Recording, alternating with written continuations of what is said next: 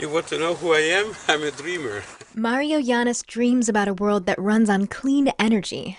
The Chilean ecologist turned entrepreneur says when he first started, people used to call him crazy. It was a very good incentive for to continue until today. Today, if somebody called me crazy, I say yes. And Llanes definitely has visions.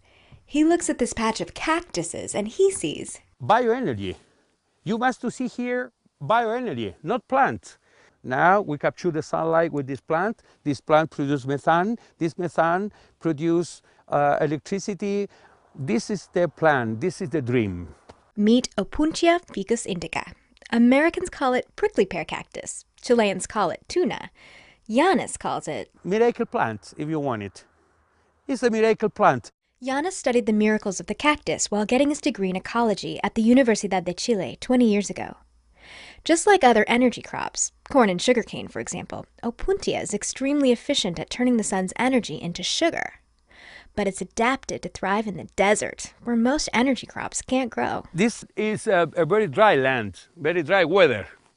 But look the green of this plant. So the cactus doesn't compete for water or space needed to grow food, and it grows like wildfire. Each individual pad is a new plant. So each plant is many more. 1, 2, 3, 4, 5, 6, 7, 8, 9, 10. But transforming cactus into energy reality is another matter.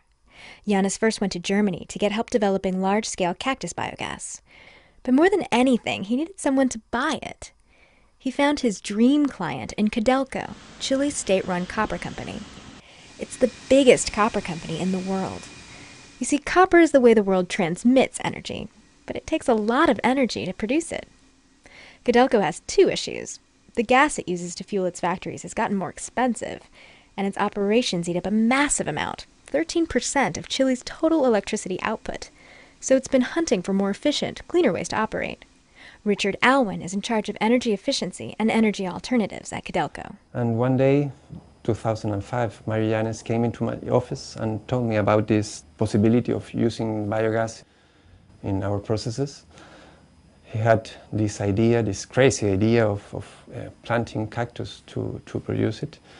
But for me, it was not crazy because I had had previous contact with José Toa at the Universidad de Chile. Professor José Toa was the first to discover that Opuntia was a source of bioenergy.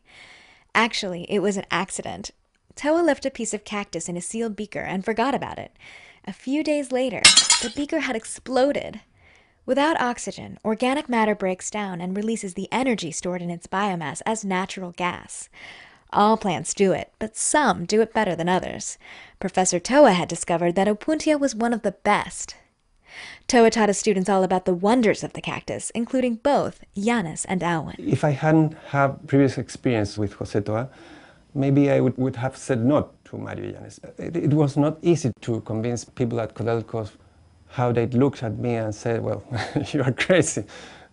We are not going to plant cactus. We had nothing to do with agriculture. So it was difficult, but finally we got there.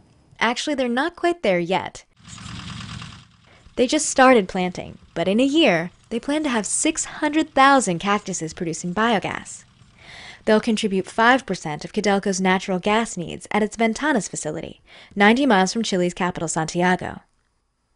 The middleman who's helping bring Mario's technology to the scale that Codelco needs is a company called Schweiger Biogas.